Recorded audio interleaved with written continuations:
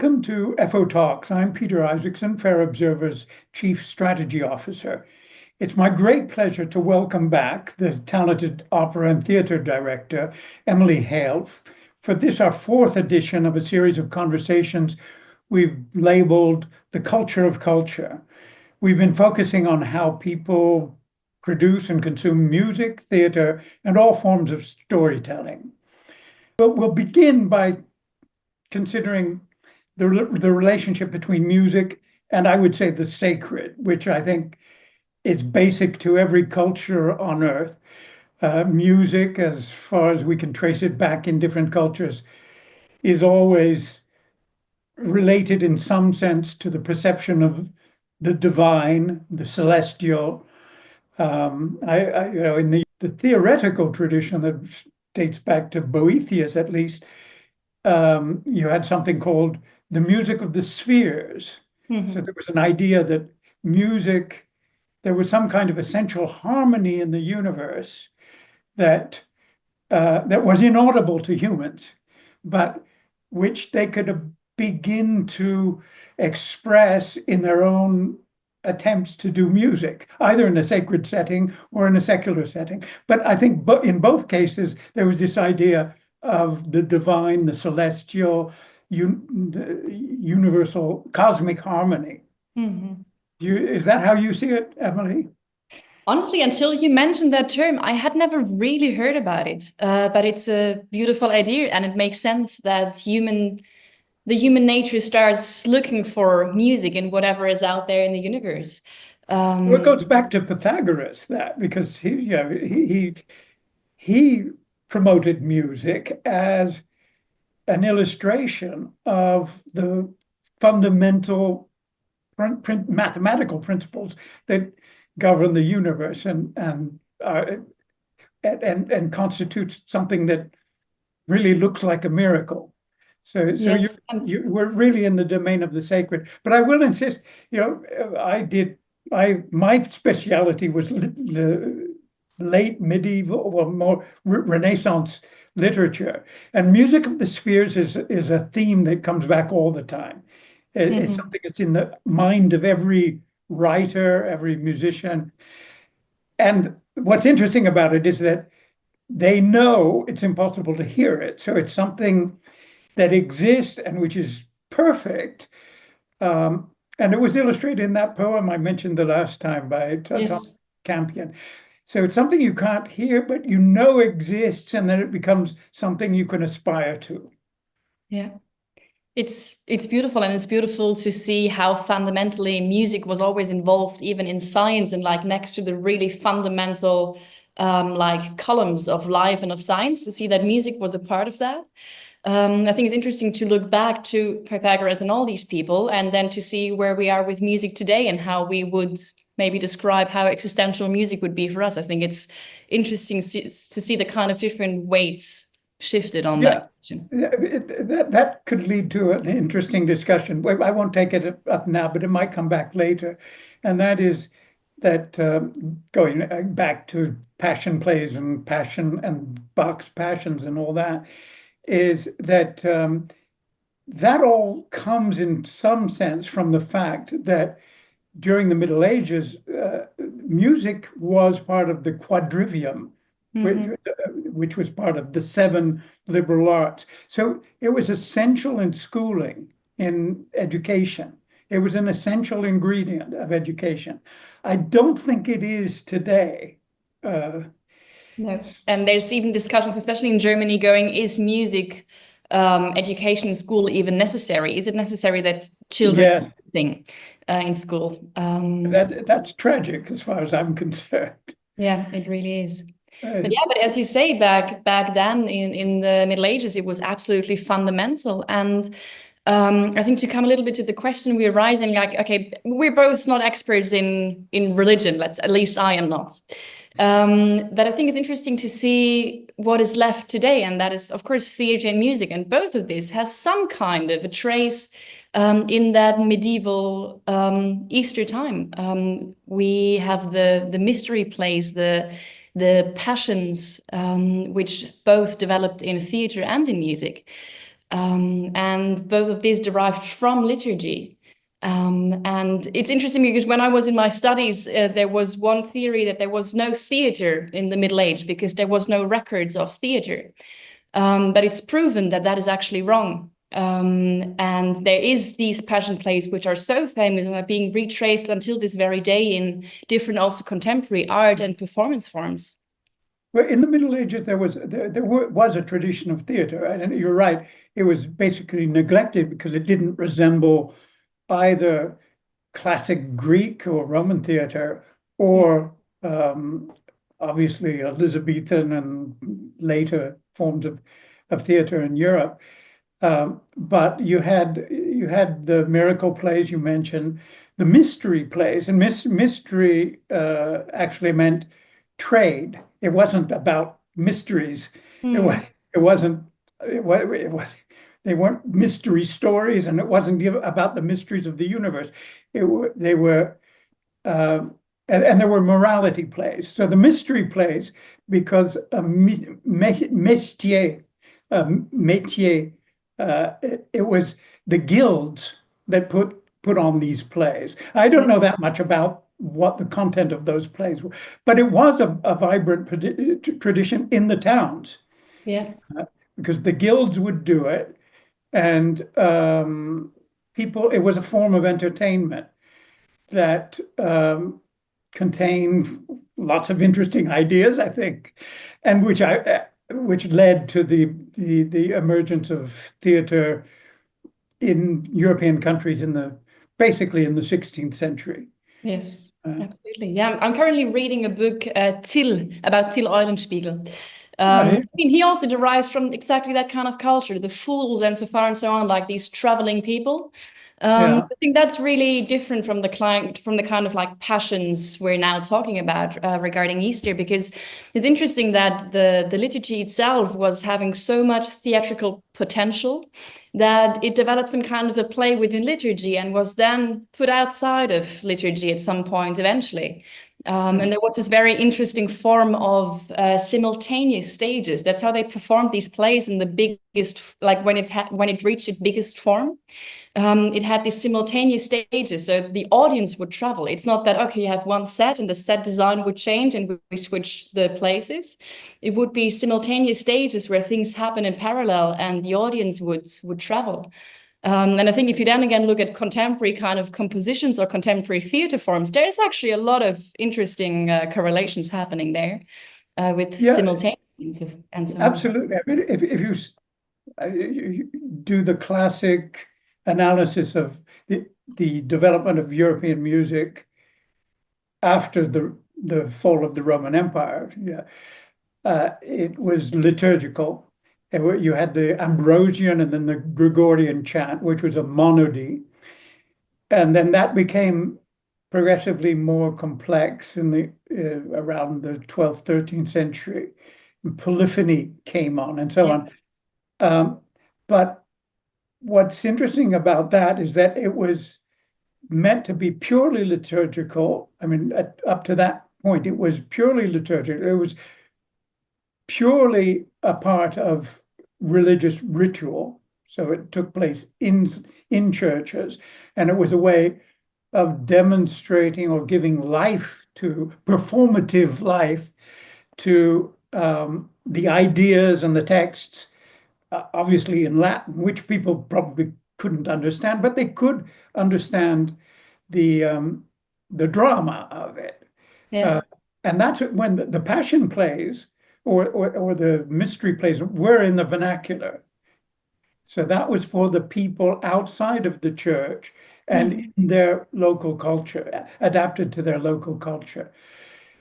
And then when all that starts building and becoming more complex, what happens is that one of the things that intrigues me is how the only musical instrument that accompanied the kind of church music we're talking about was the organ, which is an incredible instrument. It is. It contains the fullest range of sound one can imagine.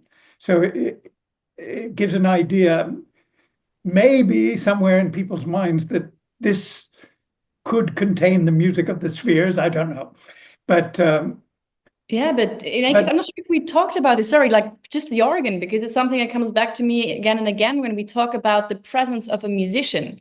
I mean, if you have a cellist, the musician is very, very present in front behind the cello, whereas the organ is usually constructed in a way that you cannot see the person who is playing, which makes it something very magical. Or magical. I'm not sure if it's the right word, and the organ is up. Exactly. In the heavens, really, on its way to the heavens. Yeah. Yeah. And that very detail that the organist is meant to disappear inside the sound and behind the instrument is something that is basically carried until today very often in classical music concerts, because there's still a kind of school where musicians are taught to basically disappear behind their instrument, to not be present with their body. Although I see them, you very often see musicians perform brilliantly, but you don't really try to perceive them as a person, because they're trying to put all they have into the music and the instrument. And then there is the other approach to classical music, where the performer, the musician himself or herself, is trying to be very present, because this person is absolutely necessary in a part of creating the music. But so I think what you described with this organ is already a big, it's a big point if we look back to it. And it's interesting that it was only, I think, in the 16th century that you started having other musical instruments associated with composition, especially the Venetians, Gabrieli and Monteverdi, and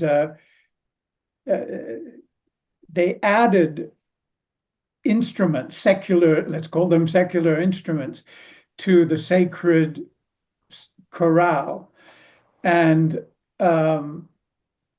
that change, I mean, I think about that because when you listen to the Passion of St. Matthew, you realize it's not just a choral work, it's a total instrumental work with solos and just a wonderful and incredible variety of musical creation. And there, because you go from instrument to instrument, I don't know how it's done visually. I don't know if you've ever worked on the mise en scène of a passion, but that must be an interesting thing to do for someone like yourself. It is. How do you get these people to perform and to be seen in the performance, or to play their role or emerge as a role player in it, because they do represent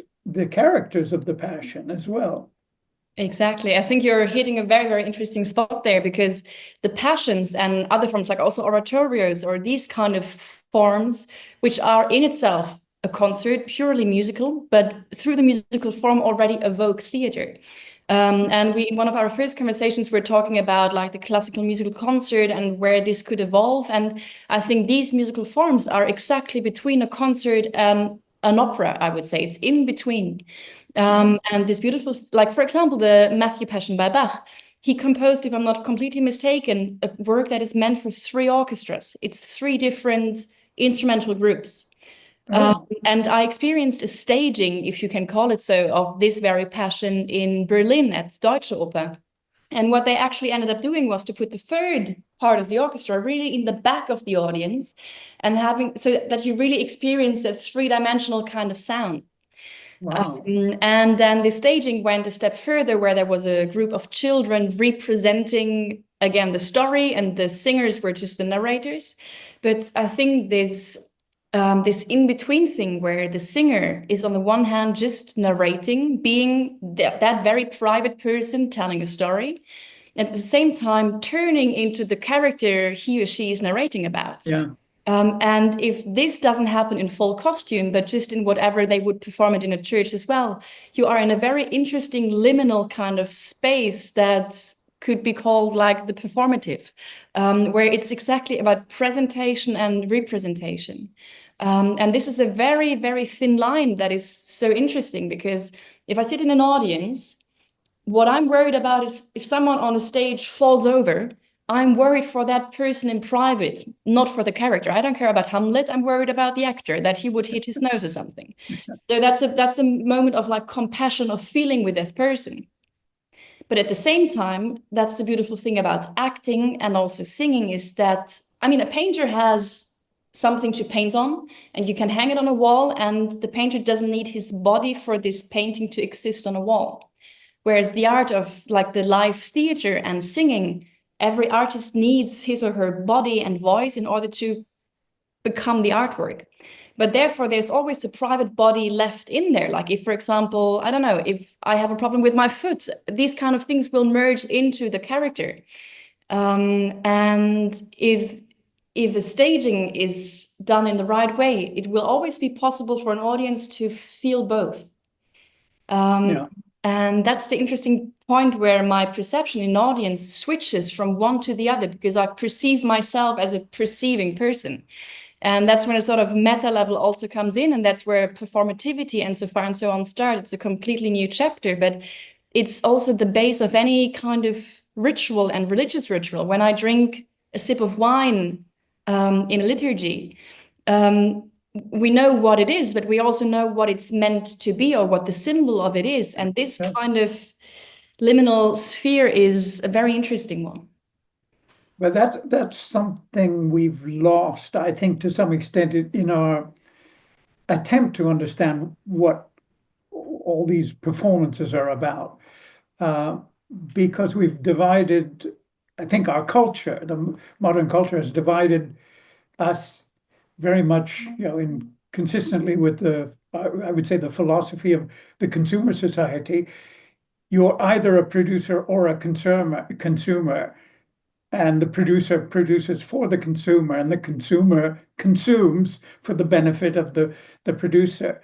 And this idea of playing different roles or identifying with different roles, which may have been the norm, and even with Shakespearean theater, the fact that the stage was a proscenium going into the public, and the public was the lower class public surrounded the scene, the proscenium, and they could see the actors from different angles. Absolutely. Which you cannot do once you've got the proscenium arch that sets everything back, and you could say that gave people the idea of cinema and television, but theater was, back in the Middle Ages, it was all taking place outside, in the street or in a park or somewhere, in some natural environment that wasn't designed for performance. Yes, I think we could have a whole conversation about the proscenium and, like, I mean, the fourth wall. Maybe it's a term for some of our listeners. The idea that this is the sphere on stage is a completely separated sphere from what the audience is. That there is no connection. Whereas what we have just talked about, the whole performativity aspect, but also concerts, it is one sphere. And interestingly enough, concert spaces are very often designed in a round way where the audience is even sitting behind the orchestra, like Berlin Philharmonics, for example. And also what you said about like Shakespeare. I mean, even in Shakespeare's texts, he has these meta kind of reflections on the space itself. That after a theater play, there would be some kind of animal fights. I mean, there's several references in that. Or the fact that Macbeth is set 2/3 at night, but they were playing at daylight because there was no electricity. Like these kind of things, if you really look back at where like the origins of theater in that sense, it was the actors were present as actors. At the same time, they were representing something, but they were present as who they are. And this gives a massive liberty because there is direct jokes possible or interaction. And then on the other side, you have the kind of more Russian kind of acting school where the best actor is the actor who disappears completely behind the role, where you have, for example, Macbeth, but you cannot perceive who the other person or who the actor is. But of course, you need the actor to impersonate Macbeth. And then there is the form where you can see both almost equally, or where it's switching. That's it. Well, if you go back to Greek theater, of course, it was masked. You never Yes. saw the faces of the characters. So it Yes. was played by the characters. I don't know what that means in terms of creative performance, but I also believe it was very close to chanted text rather Yes. than just spoken text. Yeah. I can't remember what I learned about Greek theater, but what that means is that depending on where you are in time and place, you're going to have different ideas of how to represent something which people are inevitably, I mean, that's the whole point of art, are going to identify with. And if you're creating art and if you're performing art, you're working on at least emotional identification taking place between the performers and the audience. I mean, that, Aristotle talked about catharsis and all that. The fact that it wasn't just seeing something interesting that was intellectually stimulating. It was about actually being transformed emotionally by the experience. Yeah. And so it leads, I mean, we can't draw any conclusions about the way to do it because what we can see is that each culture and each period of history has found different ways of doing it and probably different varieties of ways each time. Yeah. Yeah, and I think also what you say, like where things are like the whole thing you're describing now is also part of these performance studies, because it's a difference if I perform a passion in a church or in an orchestra kind of like a concert hall or something. Yeah. And also like where I just talked about the body. The body is just one factor that contributes to the so-called atmosphere that we experience. And that's something that was, I think, fundamental in the Middle Age. And that's something that is maybe again connected to the spheric or the holy or these kind of terms we have been using, is that the atmosphere of a church is different than the one from a concert hall. That if I experience something with candlelight lit, it will be different than a very bright kind of LED top light. If there is a smell of something in church, this influences how I perceive something. If I sit very close, I can eventually feel the breath and the sweat of someone. Whereas if I'm very, very lonely, set in a concert hall, that's a different kind of experience. And concert halls were created in order to delete all of these sensual experiences, to concentrate on nothing but just the hearing. But I think we're in a time period where a lot of things have been designed to kind of ban the senses from what we experience. And at the same time, if we look back in culture, we're so much connected to rituals and the sensual experiences of all these kind of arts or these art forms. And therefore, I'm not very surprised that there is more and more theater forms of listening to music coming back that actually think about the kind of atmosphere we're listening with or listening in, because but it's also forces us to step back from our human kind of podium saying we're the ones defining everything. No, the church itself is contributing to the concert as much as the violinist is. The concert hall is an existing, it's not a person, but it's an agent in a way. There's power through that. The chair I'm sitting on is defining the way I'm experiencing a concert up to a certain part. And I think to switch a perspective in that sense to a more kind of, I mean, what also Bruno Latour and all these kind of philosophers have with network theory, just accepting the fact that the human is not the very first and only contributing factor to life experiences, but everything around us, my neighbor, the space, the smell, the temperature, all of this is contributing to it. And then we are already again in something spheric, one might say. Yeah.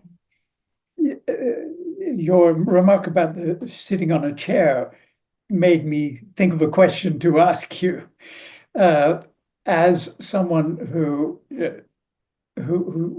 directs and organizes and sets up and stages operas and concerts, is there any concern on your part about what people how people are going to be seated. And Yes. ah, so Absolutely. tell I us mean, about that. sometimes you can't change it. I mean, depending on the kind of opera house you're Yeah, working, you just sit in the chair, you're like, ah, that's a nice one. Or, oof, it's very uncomfortable. And nothing you can really change about it sometimes. But then it's also if I sometimes do, for example, I did the church parables of Benjamin Britten, which are meant to be happening in a church.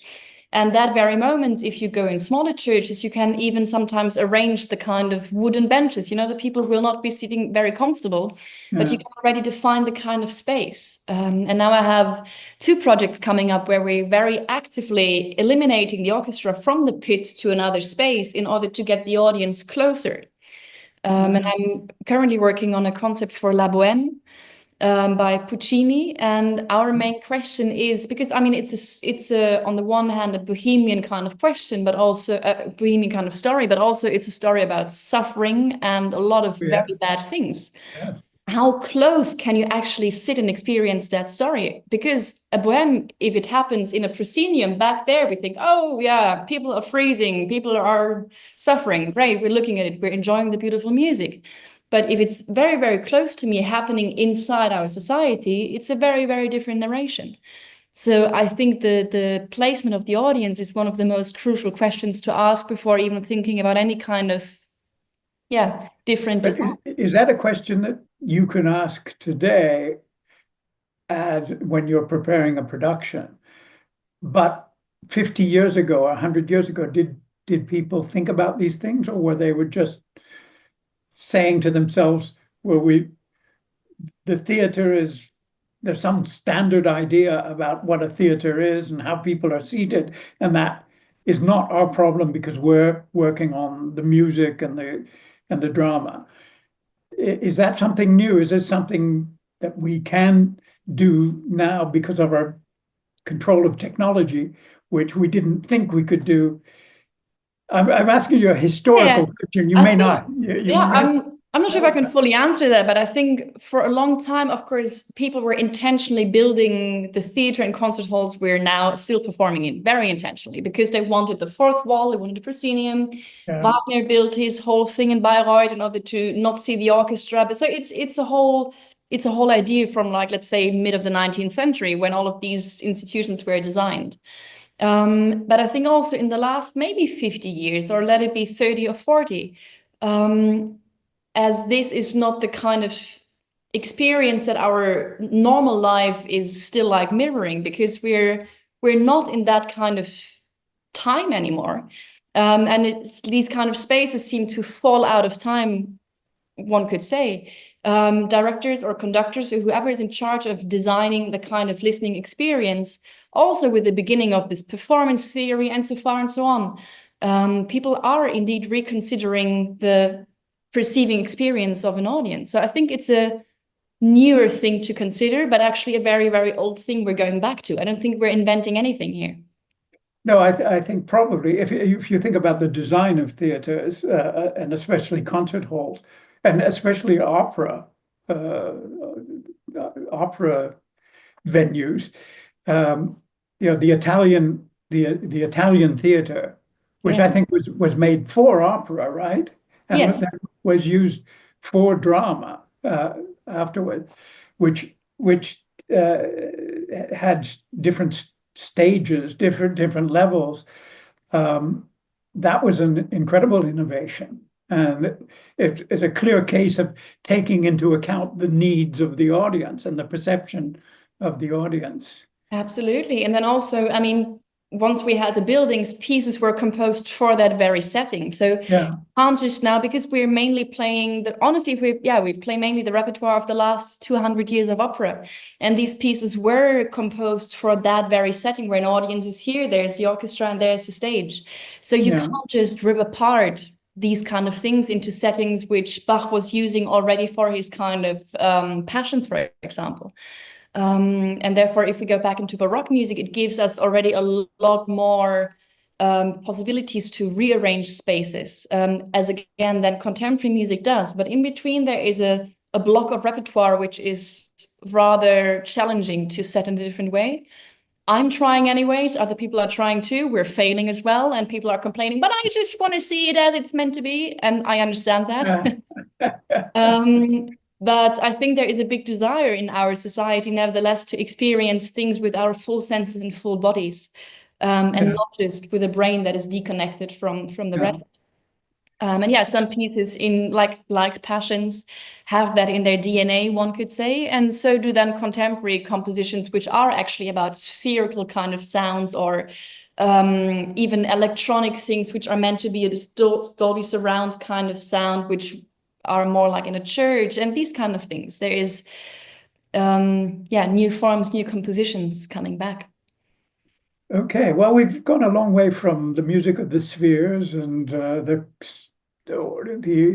sacred origins of music to the practical problems of sitting and watching and listening and identifying with and relating to the performers. But we'll have to stop there. We've exhausted our allotted time.